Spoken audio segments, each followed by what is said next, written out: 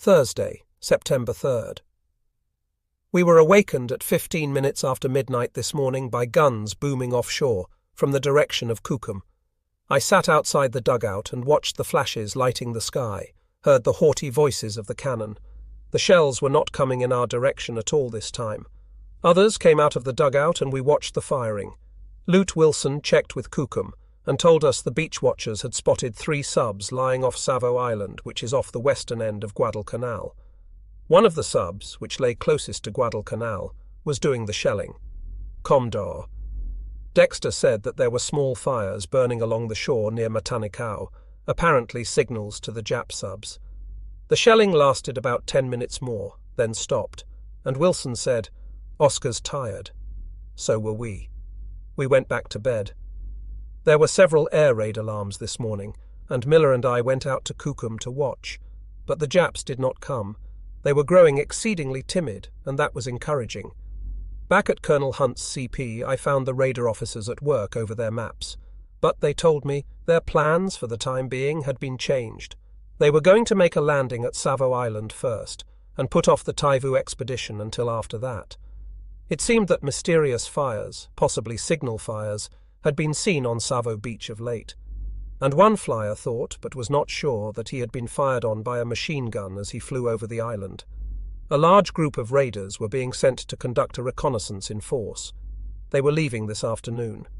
Miller and I stopped in at Colonel Edson's CP and got permission to accompany the expedition to Savo. The auxiliary transports Little and Gregory were going to carry this group of raiders to Savo. Miller and I were told to be at a certain embarkation point at 4 o'clock to get aboard one of these ships. But we were late. The ships were pulling out as we arrived. Colonel Edson was standing on shore at the time. He was not going along on this trip. Lieutenant Colonel Sam Griffith, Edson's executive, was leading the show. Colonel Edson said, "You're too late," but he was helpful. "Get aboard the cargo ship," he ordered, "and you can get aboard the transports later." "Better get going," he snapped, "or you'll miss it." We did not understand at all how we could get aboard one ship, which was leaving, by getting aboard another which was not leaving. But Colonel Edson was the leader. We obeyed his instructions. The mystery became clear soon after we went aboard the handsome cargo ship. She was going to put to sea in a few minutes, and later in the night would have a secret rendezvous with the 2 transports. Then we would be able to change over to the Little. We were not sorry to be aboard the cargo ship. She was clean and brightly modern. A friendly officer showed me to his bath and gave me a clean towel, and I was able to wash in hot water for the first time in 5 weeks. It was balm. I had dinner in the wardroom afterward, and felt like the country mouse come to visit his sophisticated cousin. I found my values had grown so primitive on Guadalcanal that I was dazzled by the white tablecloth and shining silverware. I wondered if unconsciously I would put the silverware into my pocket after the meal, for on Guadalcanal one carries his own spoon, and knows that if he loses it, he will probably have to rely on his fingers for feeding purposes. We got aboard the Little later that night according to plan. The leader of the excursion, Colonel Sam Griffith, and his officers received us hospitably in the wardroom. Colonel Griffith, a handsome young officer, tall and broad-shouldered with reddish moustache, cursorily went over the plans for the expedition. A war horse from way back, with a distinguished record in Nicaragua and China, and also at Tulagi, he did not seem at all nervous about tomorrow morning's landing. The other officers shared his calm. Evidently they did not think we would meet much opposition on Savo. "Our plan," said the colonel, "is to land at the northern tip of the island. There we will divide into 2 groups, one of which will reconnoitre the eastern half of the island, the other the west, and the 2 will meet at the southern tip after the work is done." "The island," said the colonel, who expresses himself well and easily, "is shaped like a walnut, with the points at the north and south extremities. It is about 9 miles from northern to southern tip along either shore. That hike should take all morning and part of the afternoon. If," said the colonel, "we don't run into any nips." The captain of the ship, who did not share the colonel's suave good nature, viewed Miller and me with suspicion. He asked for our credentials and told us not to talk to any of the crew of the ship. He seemed upset because we had no written orders to make the trip. Miller and I had visions of ourselves in the brig, but the prospect did not bother us. By this time we were past being annoyed by the idea of physical discomfort. Finally, the matter with the captain was straightened out, and he unbent and became quite friendly. We decided that he had merely been carrying out routine procedure. We, the captain, the colonel, some of the other officers, Miller and I, sat in the captain's little office, yarning. Friday, September 4th, after a wonderful hearty breakfast, up to the bridge to find that we are zigzagging. "Stand by for depth charges," was the word that crackled from the ship's speaker system. We were making full speed. The crew went tensely, hurriedly about the business of preparing to fire depth charges. "We've sighted a periscope," the officer of the deck told me. "Dead ahead." But before any ash cans could be fired, the ship slowed and the air of tension relaxed. "It's only a mast of one of the ships we lost out here," said the OOD. "Every time we see it, we think it's a periscope." We were getting near to Savo Island. I went below and got my gear together and came back up on the bridge. We all stood silently watching the small, humpbacked island grow larger. The regular bong-bong of the depth finder was a hollow, eerie sound in the stillness. General quarters sounded and the speaker system droned, "Man your boats! Stand by, all boat crews!" I went to my assigned boat and climbed aboard, jamming my way among tight-packed Marines. Our engines rumbled and coughed, then started, and we were off for shore. It seemed odd to be going through the same experience of landing on a strange shore again, as I had done at Guadalcanal. The movements were the same, our sitting low in the boat, our strung-out lines of landing craft streaking in toward the beach, and even the growing distinctness of the island, as palms began to stand out against the sky and thatch huts became visible, seemed something like routine. But there remained the breathless suspense, wondering when and if machine guns would open up on us from the shore, and in those moments of wondering, as usual, one imagined the arrival of bullets and the prospect of men being hit in the boat. But none of these things happened, and we came to shore and made our landing without having been fired on. We advanced cautiously up the beach, but there were no Japs and no shots fired. We came almost immediately to a row of bamboo and thatch huts which constituted a village. The houses sat amidst wide-spaced palms, and in the grove black natives stood and watched us as we advanced. Most of them wore only bright-coloured loincloths. An Australian guide who accompanied us set to work to secure some native boys who would lead us through the trails around the island. The big chief of the island was not in the vicinity, but one black man who spoke the Solomon Islands pidgin English was soon located. Like the rest, he wore a bright flannel loincloth and his hair was crinkly and red. The native's manners were mild. He raised his hand in greeting and smiled, showing stumpy teeth thickly covered with tartar and stained reddish-brown by betel nut. While the Australian and the native talked, Marines crept out into the surrounding woods with guns at the ready. We did not want to be ambushed in the village by the Japanese. A line of 5 or 6 natives stood behind the black man who spoke English. They smiled childishly. Some of their black bodies were tattooed. One of them wore a necklace of bright-coloured beads. "Me fella lookum Japanese man," began the Australian, but the native shook his head and smiled benignly. "No Japni man island," he said. We must have looked incredulous, for the row of natives behind their spokesman raised their right hands, shook their heads, and smiled, reinforcing his argument. Our aviators on reconnaissance had spotted roads and objects resembling tents on Savo Island. The Australian brought up the matter. "This fella Japni have tent," he said. "You savvy tent?" The native looked mystified. "Him small house, him calico," explained the Australian. But the native insisted there were no Japs on the island. 4 Japs, he said, had come to the island some time before in a small boat, but they had left on Sunday. But we would have to see for ourselves whether or not the native was telling the truth. The Australian explained that we needed 2 guides. "Big master wants send 'em half man go around this way," said the Australian. "Half send 'em round this way. Me fella need 2 good boys, savvy?" 2 native boys who spoke pidgin were soon located. The Australian gave them instructions. "If you look 'em Japan man, you fella no run all about quick time," he said. "But all same stop and we fella kill 'em." The 2 natives nodded enthusiastically. "By umbi you fella getting good chow long government," he promised. I chose to go with the group of raiders who were covering the east coast of the island. They were being led by Captain John W. Antonelli. The guide assigned us was of typical native pattern: stumpy, dirty teeth, red hair, childish manners, and he smiled apologetically when he spoke. He told us he had learned English on Tulagi, where he had been a cook for an Englishman. He had come back to Savo to get married. He said his name was Alan Louver. As we started out through the coastal coconut grove, working along a trail, Alan Louver told us the Japs who had come to Savo take bananas, fowl, pumpkin, everything. A large group of Japs had come in July, he said, in 2 launches, and had been here 2 weeks. Him speak English? We wanted to know. Like drunk man, said Alan Louver and laughed. Him talk aeroplane and Guadalcanal. We passed through a succession of native villages as we pushed along the coast. They were similar, each located amidst wide-spaced coconut groves, looking out over a lovely vista of beach and aquamarine-coloured sea, each with rows of neat bamboo-walled, thatch-roofed houses, each with a larger bamboo structure serving as a church. Some of these churches with handsome altars neatly woven in 2-tone fibre, white and black, which had all the elegance of ebony inlaid with ivory, but the effect was spoiled by cheap coloured religious prints pinned to the walls. There were song and prayer books in these churches, on the crude benches. Alan Louver told us that the islanders went to church twice a day.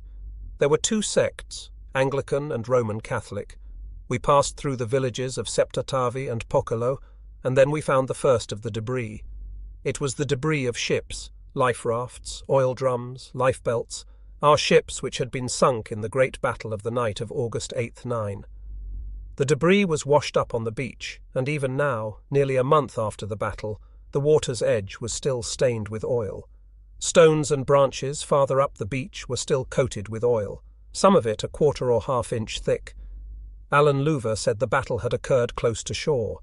Evidently he had been greatly frightened by it, for he looked scared as he mentioned it now, and all he would say was, "Fires, great fires." Farther to the south we found debris strewn more thickly along the shore, an oil-coated rubber life raft from the Quincy, a soggy notebook kept by an officer on the Astoria, the propeller of one of the catapult planes which the Canberra had carried, crates marked Australia, more pieces of wooden life rafts, more lifebelts, inflated and uninflated. But there were no Japs, although our men were constantly on the lookout for them. At about noon we had traversed about half the distance from north to south.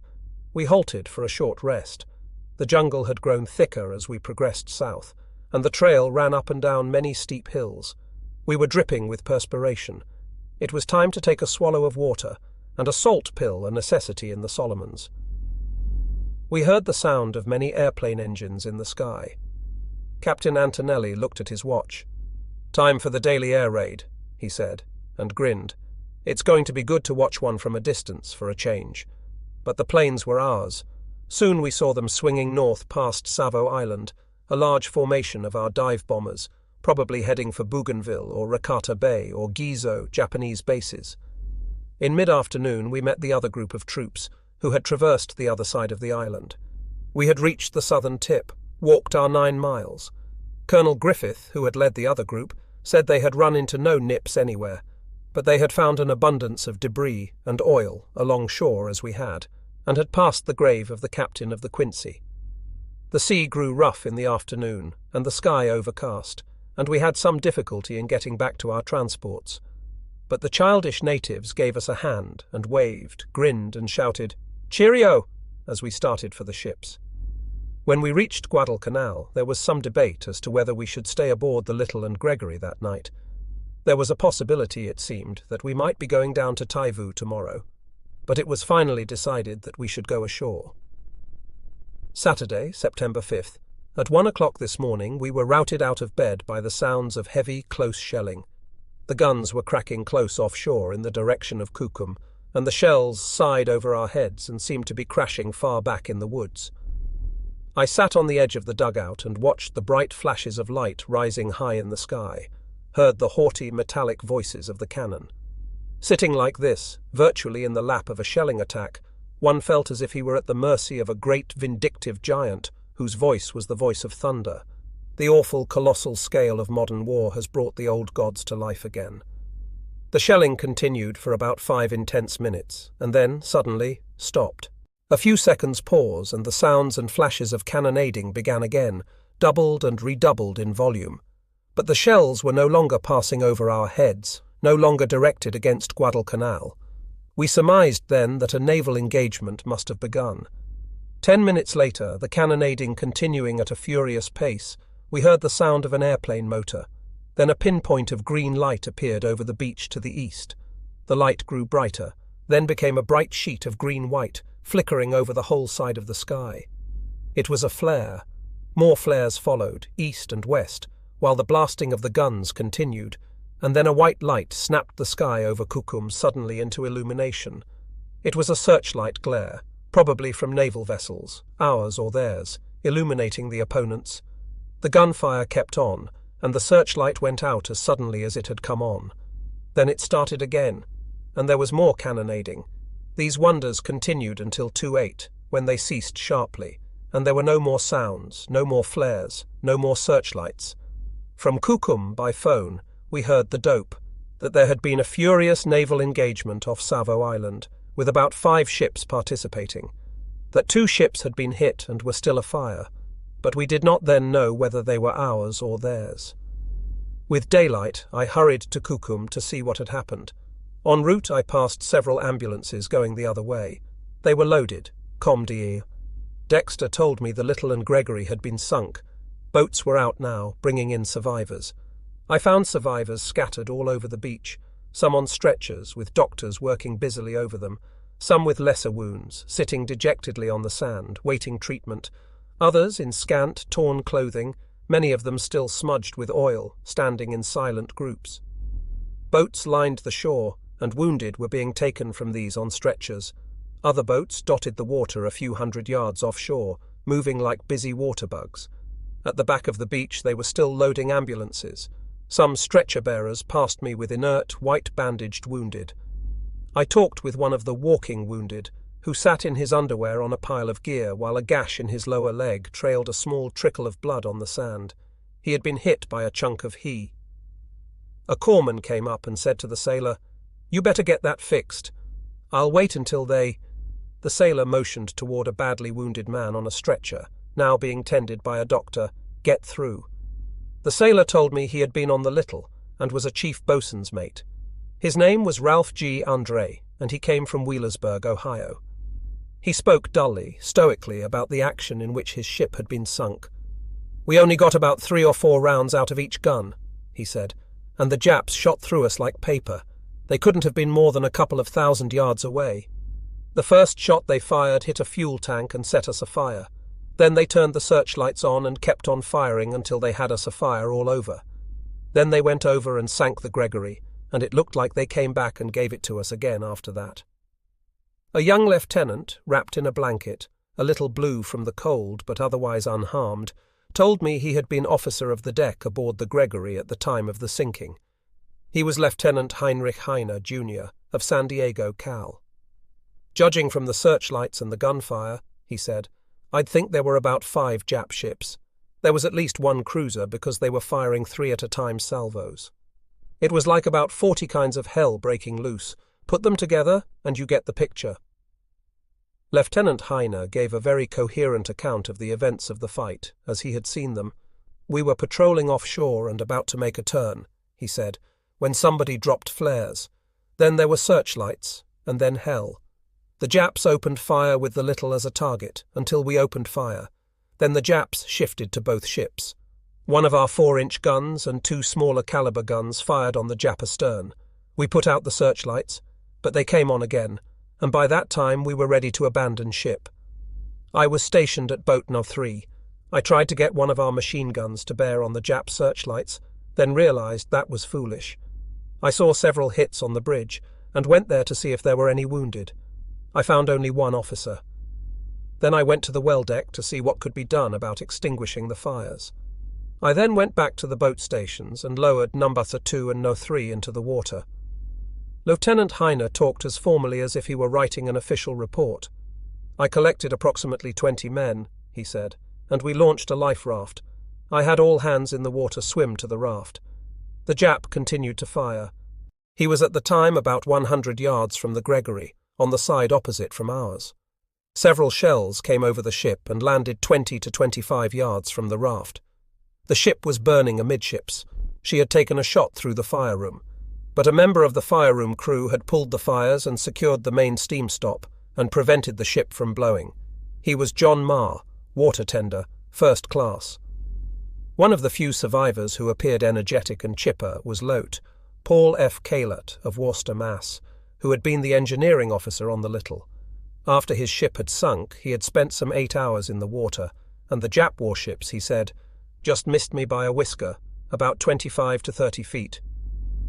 Left Caylott said he believed the Jap ships were cruisers and that they were new vessels. Ensign William M. Newton of Gastonia, North Carolina, said there were 2 cruisers and a destroyer at least. We went back to General Vandergrift's CP and from there to airfield headquarters to see what damage the dive bombers, which we spotted yesterday heading north, had done. We found they had bombed and strafed 36 landing boats which had been spotted bringing Jap troops into Cape Esperance. Dive bombers and Army and Marine fighters had gone out this morning to strafe 15 Jap landing boats trying to get ashore at dawn. Apparently both groups of boats, those at Cape Esperance and those at Taivu, were badly damaged, and many Japs killed in the attack. But the discouraging fact remains that some Japs are getting through our cordon and landing. Later we found that the Japs were using small boats to transport troops all the way from Bougainville to Guadalcanal, nearly 500 miles. The boats moved at night in small jumps from Bougainville to Choiseul to Santa Isabel. In this way, by constant effort, they were trickling forces into our island. Eventually those landings, coupled with the landings being made from larger ships, would mount up, unless we could find some way to stop them. But in any case, our air activities did have the effect of making such landings difficult. We were still at headquarters on the airfield when an air alert was sent out. So we of the Guadalcanal Press Club, Miller and I, plus the 2 new members, Yarbrough and Durden, climbed into a jeep and sped down to Lunga Point to watch the show. There was a radio available here. Miller clamped on the headphones and listened in on the interplane messages, calling them aloud so that we had a blow-by-blow description of the fighting. The first exciting call came at 12:32, planes off the starboard bow. Then, Morrell, have you sighted the enemy? And Morrell's answer, they are up on the left side above you. See them? I'm going in, called Morrell, signalling his attack. Then other groups of fighters spotted the enemy in quick succession. There are 26 bombers coming in from the south. I'm going over there where the mess is going on. I'm starting to go in. There are zeros with those bombers. Watch out. Watch it there, watch it.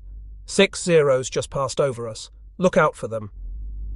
We heard the sounds of dogfighting in the sky, but the planes were too high in the clouds to be seen. We also heard booming explosions, which we at first took for anti-aircraft, but later realized were bombs. We found out later the Japs had jettisoned their bombs after interception and fled without making a run. We got 1 bomber, called one pilot.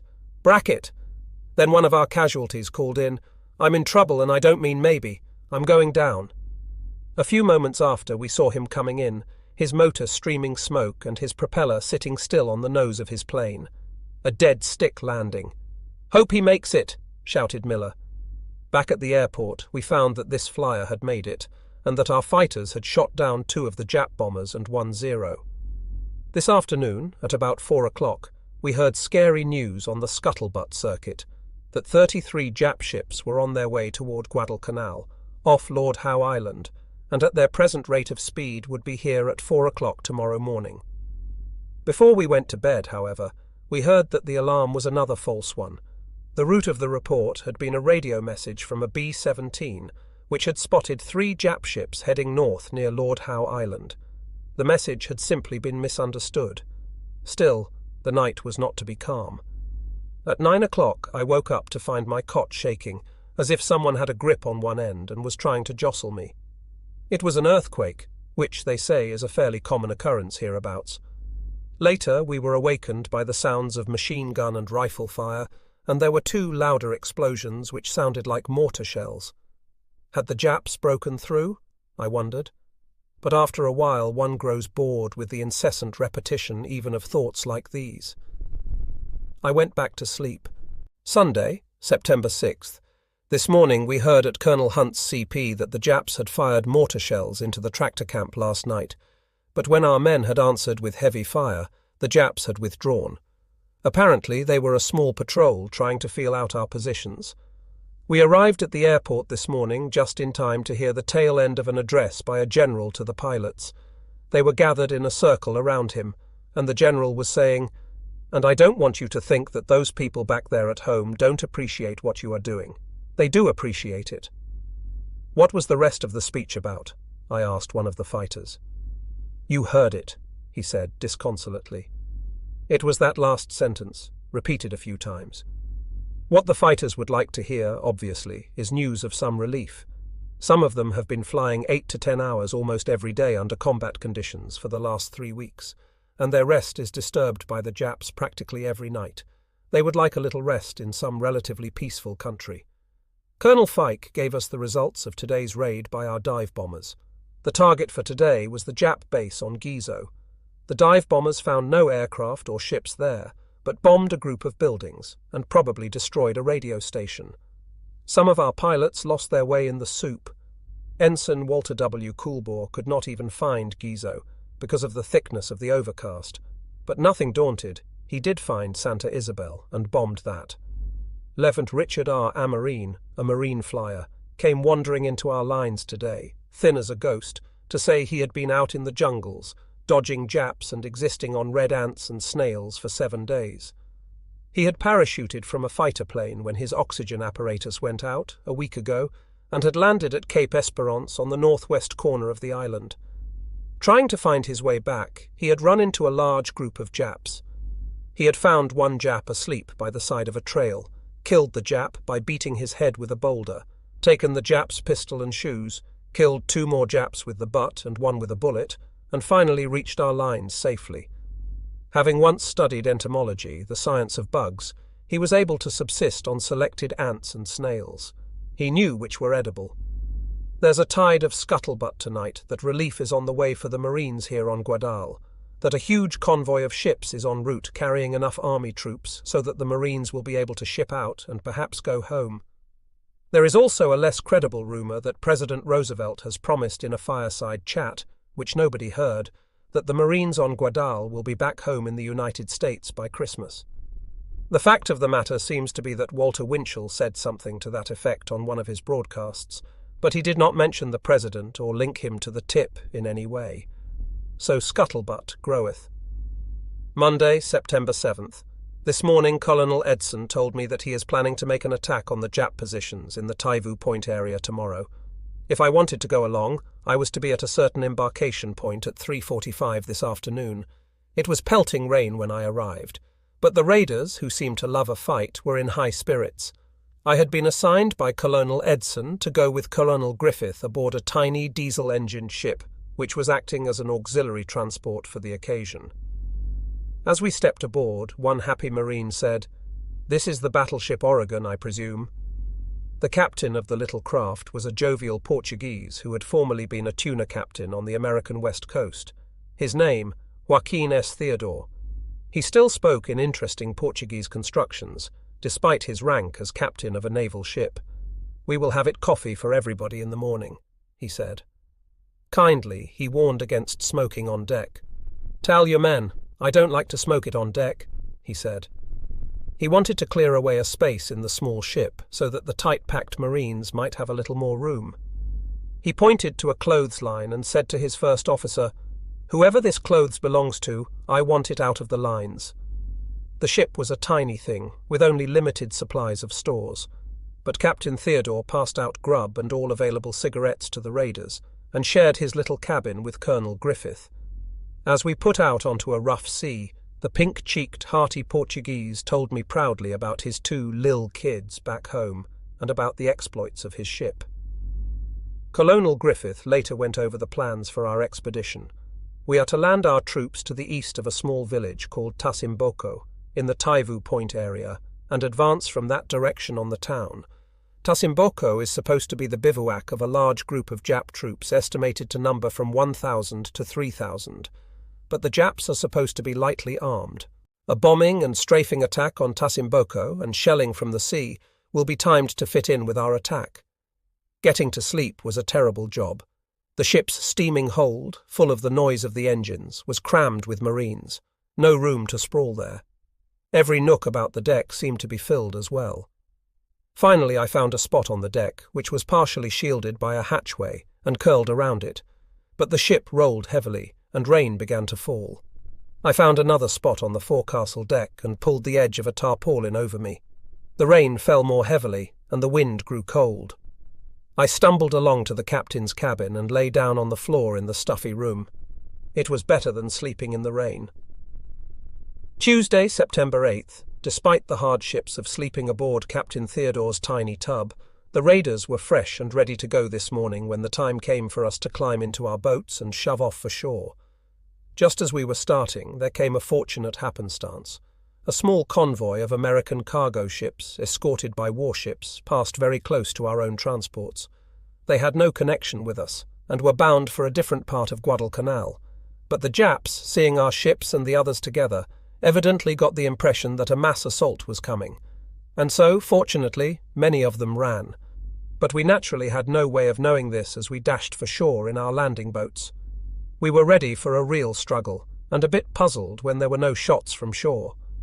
We were more mystified when, a few minutes after landing, as we were pushing along the trail toward Tasimboko, we found a fine, serviceable 37mm field piece with the latest split-trail, rubber-tired carriage sitting at the edge of the beach. It was complete with ammunition and surrounded by Japanese packs, life preservers, entrenching tools, new shoes, strewn in disorder on the ground. As we moved along, we found more packs, more shoes and life preservers, and fresh-dug slit trenches and foxholes in the underbrush. We also found another fine 37mm gun, which, like the other, was unmanned. This second gun was pointed toward the west, indicating we had possibly, as we had hoped, surprised the Japs by circumventing their positions and attacking from the east. Or perhaps this was only the entrance to a trap. The Japs are supposed to excel at such tactics. We moved on cautiously, circled a small pond and crossed a ford in a river, wading in water up to our waists. Beyond the ford we passed a pile of clamshells, evidently freshly opened. "I'm thinking they've gone up for breakfast and knocked things off," snapped Colonel Edson with his humourless grin. But he did not relax. He moved his troops ahead fast, barked at them when they failed to take proper cover. We heard the sound of approaching plane motors, then saw our dive bombers come out of the sky and slant westward. A few seconds later we heard the thud of bombs falling. There were strafing planes too, the long-nosed pursuits flashing overhead, and we could hear their guns rattling as they dived.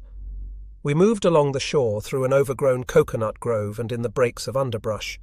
We found more foxholes, carefully camouflaged with palm leaves, and caches of food and ammunition. Shortly after 8 o'clock, we made our first contact with the Japs. I saw our people running in numerous directions at once, and knew that something had happened. I ran to the beach and saw what the others had seen. A row of Jap landing boats lying on the sand some distance away, and amidst the boats, a small group of men in brown uniforms, looking our way Japs. The colonel called Nick quietly, and Major Nickerson anticipated the order. "Open fire," he said hopefully. The colonel nodded his head. Nick, who is as lean and hard as the colonel, called, "Machine gun runner." And when the man came up, which was almost immediately, he gave him the order. Within 2 minutes our machine guns were firing.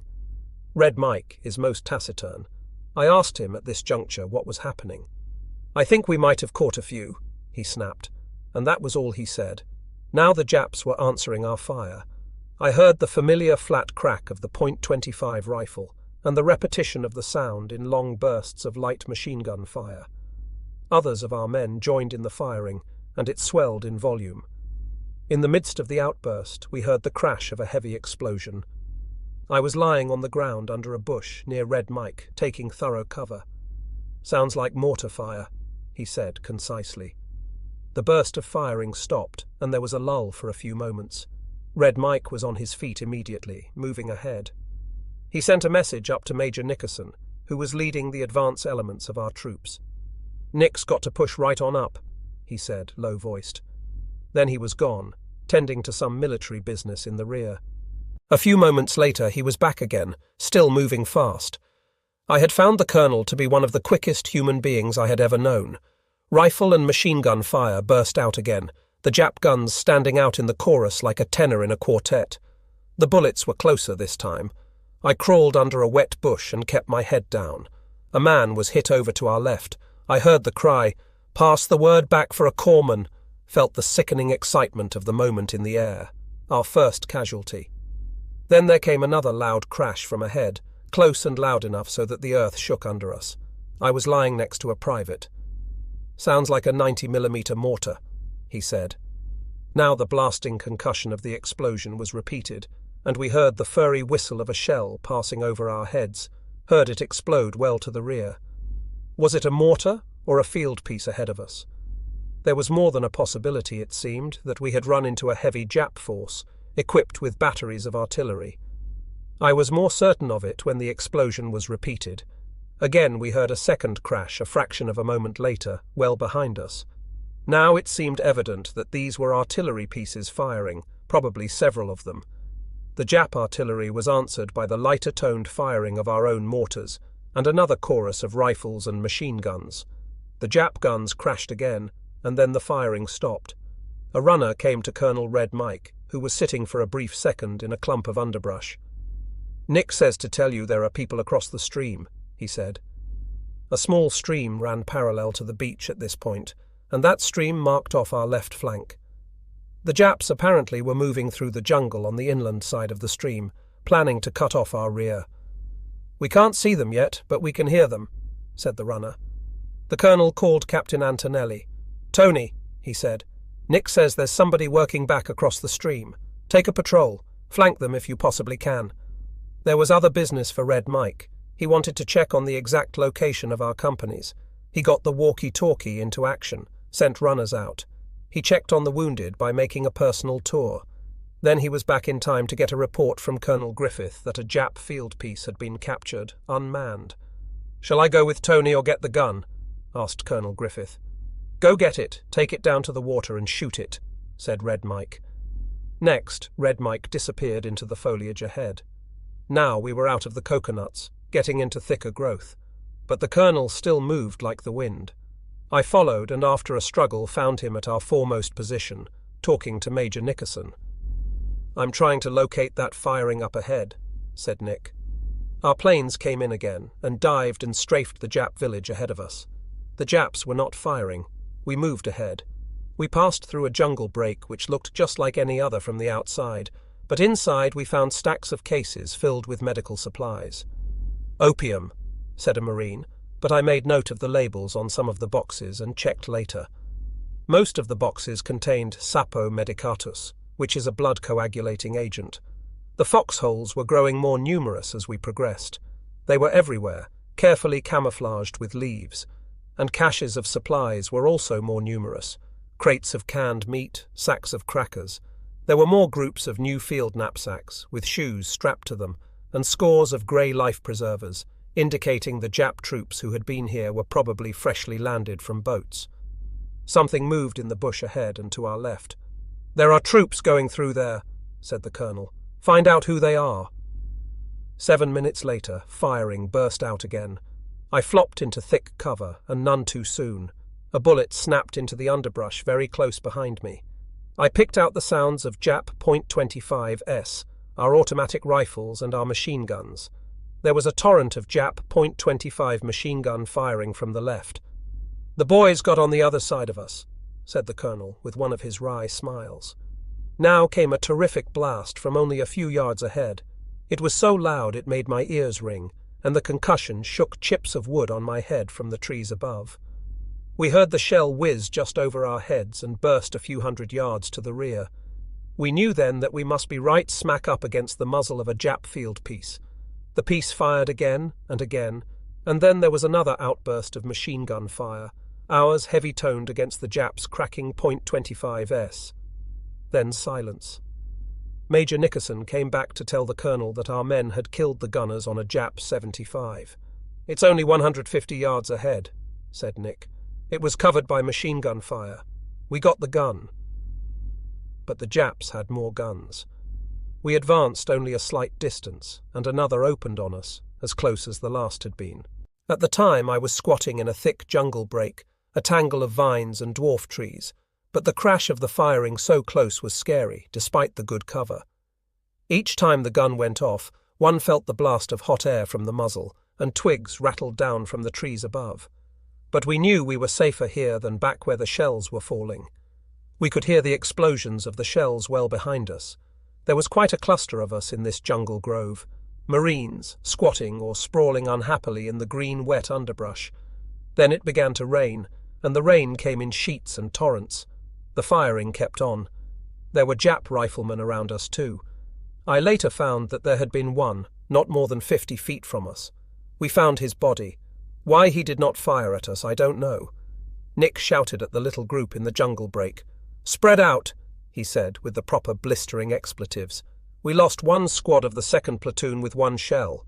One of those might come in here." I moved off to the right to try to get a look ahead, and then moved back to the rear to see what damage the Jap shells were doing. I passed a Marine who was lying on his back in a foxhole, his face very grey. His upper torso was wrapped in bandage, and I could see there was no arm where his left arm had been, not even a stump. A 75 shell had done the work. A runner came back to report to Colonel Red Mike at 10:45 that a second Jap 75 had been put out of action and the crew killed. It began to look as if we might have tackled a bigger Jap force than we could handle. The colonel was concerned about the Japs who might, he thought, be sneaking around our flank, cutting us off from the beach where we had landed. The colonel called for naval gunfire support. A group of destroyers which had come down with us swung in close to shore and began to shell Tasimboko. I went out to the beach to watch the yellow flashes and the geysers of smoke and debris rising where the shells hit. Then I went forward to look for Nick.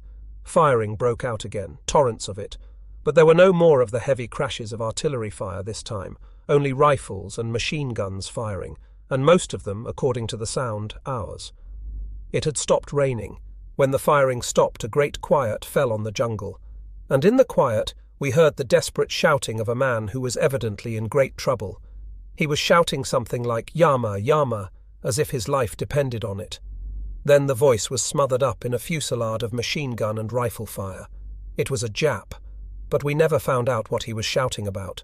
The tide of our action seemed to be turning. We heard no more artillery, and a runner came back from Captain Antonelli's troops with the happy word, "We solved the problem, took the village." Nick's men sent back word that more Jap 75s had been captured, unmanned.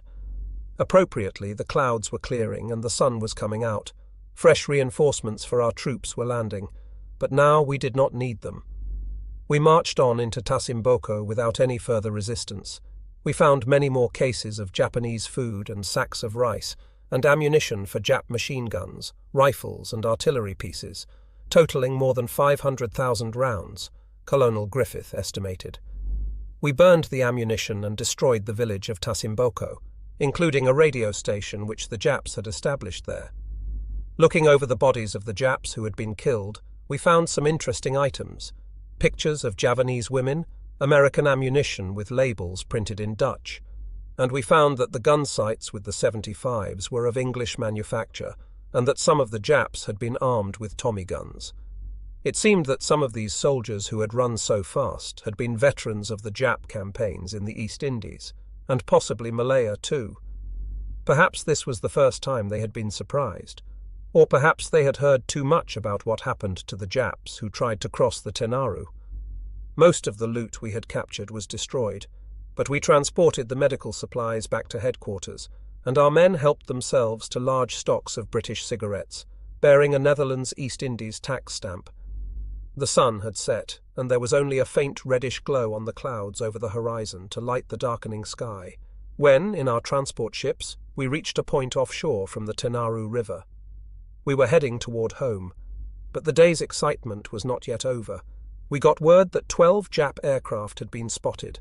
Our fighter planes were rising into the twilight sky.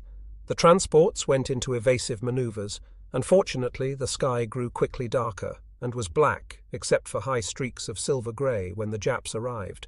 They did not come to Guadalcanal. For once they picked Tulagi as their target, and we saw cup-shaped bursts of bright white light rising from the direction of the island, just over the horizon rim. We heard the distant thudding of the bombs a few seconds later, and wondered if the Japs would spot our wakes in the dark. But they did not. Wednesday, September 9th, shortly after 12:30 this morning, I heard the others in my tent dashing for the shelter. Major Phipps shouted to me to come along, and I heard cannonading coming from the north, but I was too tired to move. At breakfast this morning, I heard that a small group of Jap destroyers or light cruisers had shelled Tulagi and hit Captain Theodore's little ship and set it afire. Later in the day, I heard that Captain Theodore had been wounded through the chest in the course of the engagement, but he had beached his little craft and saved it from sinking despite his wounds. I am glad to hear that he is expected to live. This is the second time that I have left a ship in the evening, and it has been attacked and lost before morning. This fact gives rise to the thought that my luck has been good so far. There were 2 air raid alarms today, but the Japs never appeared. It was a quiet afternoon. We sat in Colonel Hunt's CP after lunch, talking of the reunion we will have 10 years hence, and the tales we'll tell about Guadalcanal then, and how by that time our imaginations will have magnified our deeds immeasurably, and we will all be heroes. Colonel Hunt told us about some of his narrow escapes in the World War, when he commanded the 6th Marines. Our casualties were very high then, he said, and gave the figures. But the fighting at the Tenaru battle, he said, was about as concentrated and intense as in any engagement of the World War. Tonight we were awakened, just before midnight, by the sound of heavy firing in the jungles. There were machine guns, rifles, and occasionally the crash of a mortar. We lay awake and listened, and then cannonading started to the north. We went to the dugout, and I sat on the sandbagged entrance with Major Phipps. The guns, we knew, were big ones, because of their heavy tone and the brightness of the flashes against the sky. But Bill Phipps was sure they were firing in the Tulagi area, not off our shore. He had measured the interval between the time of the flash and the time the related boom of the gun reached us. That interval, he said, was 90 seconds. Multiply the 90 by 1100, the number of feet sound travels in a second, and you get 99,000 feet, or about 20 miles. Tulagi is 20 miles north of us. Star shells glowed in the sky. The Japs were illuminating the Tulagi shore. One of our observation posts phoned in the report that there were 3 Jap ships, probably cruisers, and that they were firing salvos. Thursday, September 10. This morning we heard that the Japs had shelled Tulagi harbour last night, and again hit Captain Theodore's ship, which was still beached.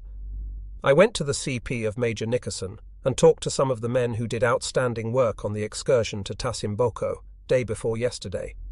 Among them, 2 young corpsmen, pharmacist's mate Alfred W. Cleveland and pharmacist's mate, 2nd class, Carl B. Coleman. They told me how they had used a penknife to amputate the ragged stump of one raider's arm after it had been shattered by a .75 explosion. The wounded man had been the one whom I had seen, lying in a foxhole just after he had been treated and bandaged. These 2 lads, Nick told me, had saved the wounded man's life by amputating the remnants of his arm. The medicos themselves had said that the man would have died if the 2 lads had not done such a good and quick job in the field.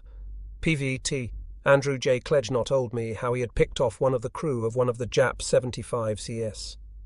There were only 2 men on the gun, he said. I picked off one, and the other went and hid behind some boxes in a little ammunition dump. I fired into the dump and set it afire.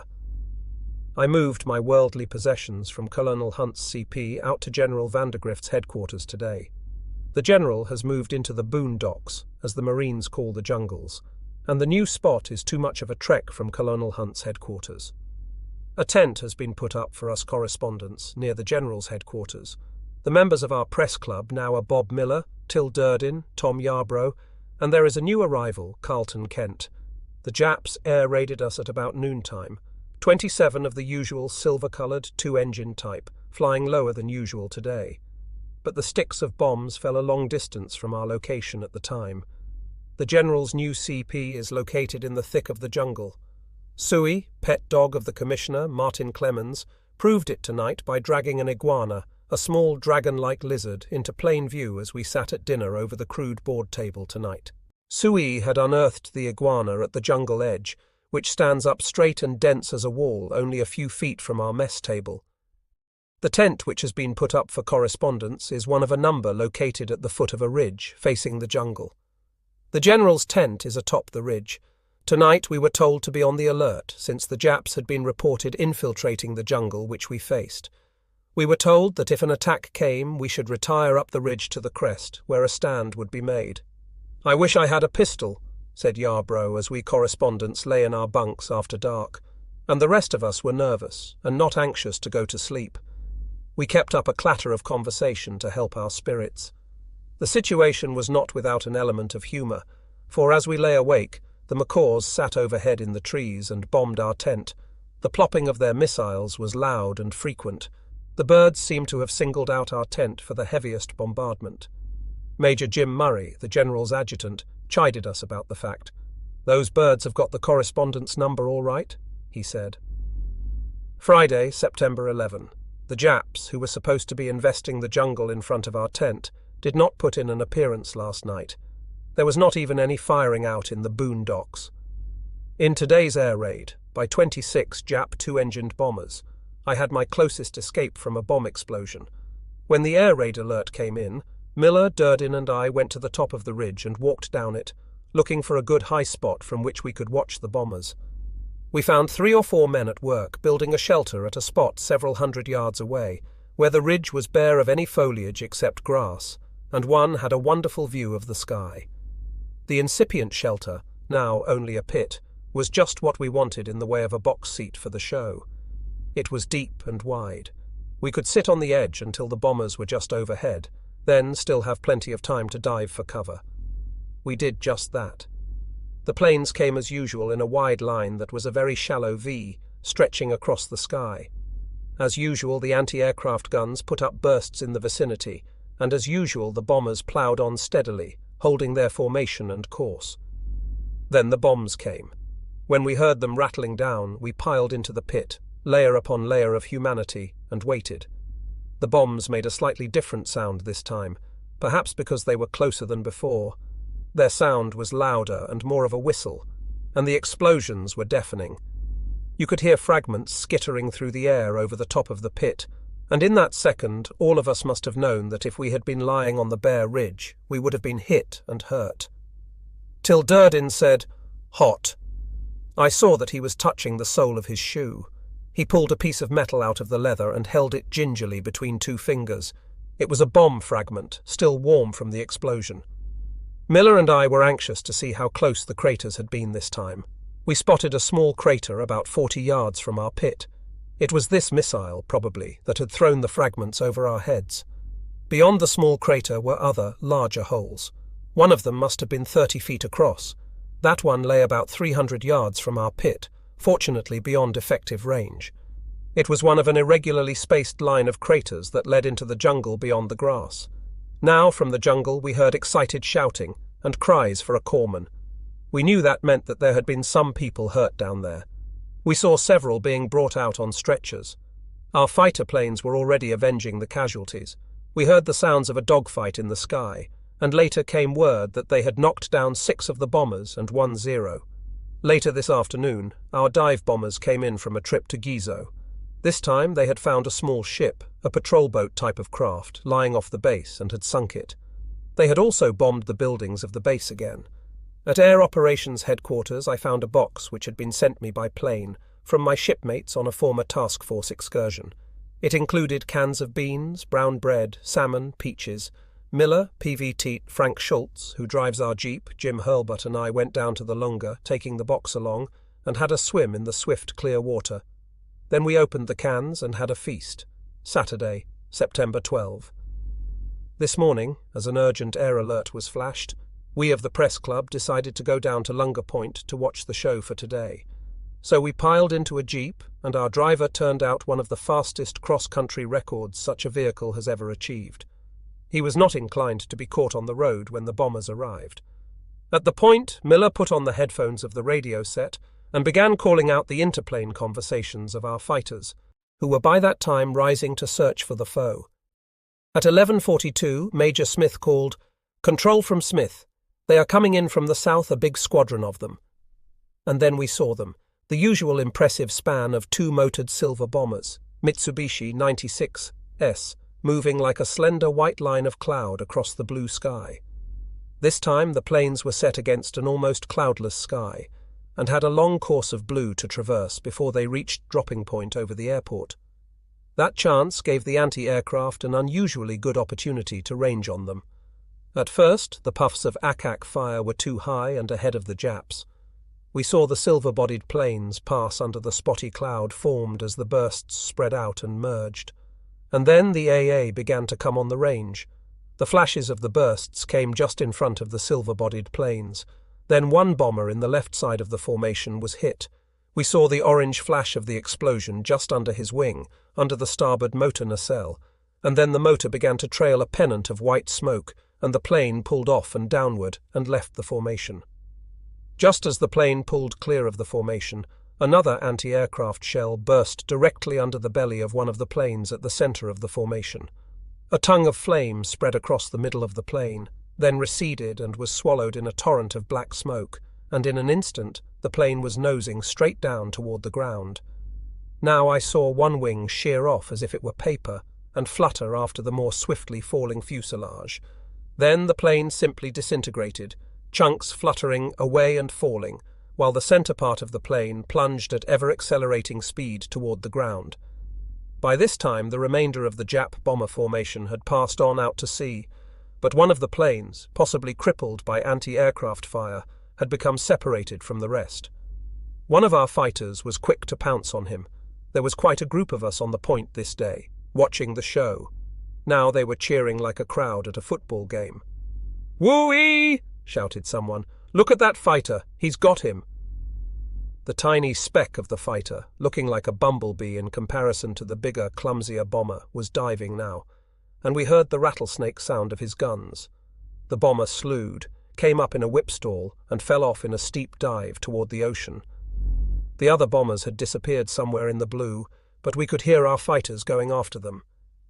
In the beautiful amphitheater of the sky, the kill of the isolated bomber by the fighter was continuing. We saw the bomber diving straight toward the sea vertically, but the fighter, like a malevolent mosquito, hovered about the larger object, watching for signs of life.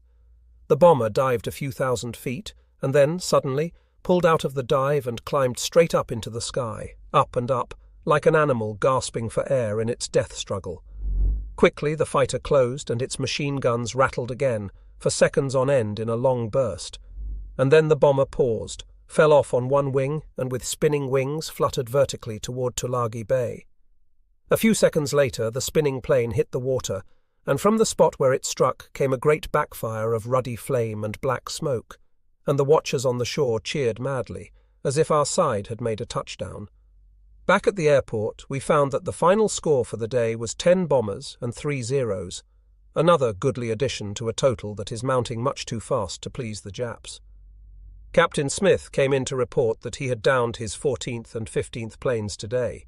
He did not say so, but it was told at the airport that he has been promoted to the rank of Major, an award richly deserved. We found that Lieutenant Ken Frazier was the pilot who had destroyed the crippled bomber so spectacularly while we watched from Lunga Point. He had shot down another plane as well. "The first one went down in flames," he said. "The straggler was simple. I dived on him, saw the tracers falling a little short, pulled up a little, and then watched the chunks fly off the plane."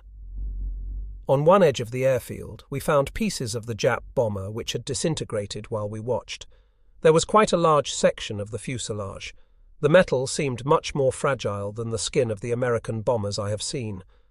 The coconut grove at one edge of the airfield had been struck by a stick of large bombs. The craters were huge, but the bombs had hit nothing of value. A 100-pound bomb had smashed directly into a shack, killing one man, destroying some radio equipment. That was the only visible damage of the bombing. When somebody came into our tent at about 9 o'clock and shouted, "Get up, fellas, we're moving up the ridge," we did not waste any time, but grabbed helmets and shoes and left. Only a few minutes later, from the ridge top, we saw a pinpoint of bright green light appear in the sky to the north. The light spread into the glow of a flare, and then we heard the mosquito-like double hummer tone of a Jap floatplane. It was Louis the Louse, a generic name for any one of the Jap float planes which come to annoy us at night. Louis flew leisurely, as he always does, over the island, dropping more flares, and then we saw the distinctive flashes of naval gunfire coming from the direction of Kukum. Just as we heard the boom of the gun, the shell whizzed over our heads and crashed a few hundred yards around. There was seconds' pause, and then more flashes followed, so continuously that the sky seemed to be flickering constantly, and shells whined overhead almost in column. They kept coming for minutes on end, fortunately hitting into the jungle several hundred yards beyond us, skimming over the trees under which we were lying. We simply lay there, clutching the side of the ridge and hoping the Japs would continue to fire too high. The barrage kept up for about 20 minutes, then halted, and we waited in silence, the general and the rest of us lying on the ground, waiting to see if the firing would begin again. We had just got to our feet when an outburst of rifle and machine gun fire came from the south, apparently only a few hundred yards away. We wondered then if another big Jap effort to break through our lines had begun. The firing continued, and the noise was augmented by mortar explosions. Then there came the flash of naval gunfire again, this time from the direction of the Tanaru. We hit the deck pronto, but the shells were not coming in our direction. The sound of the explosions indicated they were falling along shore. Our observation posts reported that 4 Jap warships, cruisers and destroyers in the usual force, were swinging along the beach, bombarding the shoreline at their leisure, then turning back and making the run in the opposite direction to repeat their performance. Then the shelling stopped, and gradually the small arms and mortar fire coming from the south dwindled in volume. But we did not go back into the valley to sleep this night. I slipped my poncho over my head, put on my mosquito head net and my helmet, and lay down on the top of the hard ridge to sleep. Sunday, September 13. We heard this morning that a Jap patrol nipped off one end of our outpost line, last night, a few hundred yards south of the General's CP on the ridge. That was the firing we heard. The raiders, who hold the line, are falling back to a better position today, in case a big Jap push develops today or tonight. Last night's fighting was only a minor sort of engagement. Miller and I went to Kukum this morning to watch the daily air raid, which came in at about noon, on schedule. Interception was good. The bombers got frightened and jettisoned their loads, and Zeros and our Grummans had a terrific dogfight. From Kukum we could see them dodging in and out of the towering cumulus clouds, occasionally diving down over the water. We saw one wildcat, Grumman, come diving down like a comet from the clouds, with 2 Zeros on his tail. He was moving faster than they, and as he pulled out of his dive and streaked across the water, he left them behind. They gave up the chase and pulled sharply back up into the sky. We had a good view of their long, square-tipped wings, and the round red ball of the rising sun insignia as they turned. They appeared, as the pilots had told me, to be very maneuverable planes. Many planes were dogfighting in and about the masses of cumulus clouds. I watched 2 planes, one chasing the other, pop out of the tower of cloud, describe a small, precise semicircle, and go back in again. A few moments later they made another circle, like 2 beads on the same wire. Other planes popped in and out of their levels in the cloud structure, and the whole area of the sky resounded with the rattling of machine guns. With so many guns firing at once, there was a cumulative effect as loud and magnificent as thunder. Back at Air Headquarters, we waited for the tally of today's score. It was 4 bombers, 4 Zeros. We went to bed in our tents tonight, but were shortly told to move out and up to the ridgetop. This time I had enough foresight to take along a blanket and my satchel full of notes. We could hear rifle fire coming from our front lines a few hundred yards to the south, then machine guns. Flares went up occasionally and shed a glow over the sky. I spread out my poncho and blanket and tried to sleep. I was awakened by the blasting of our own artillery batteries to the north of us. The shells were whirring just over our position in the ridgetop, skimming over the trees, then hitting and exploding a few hundred yards to the south, apparently in the area where the fighting was going on.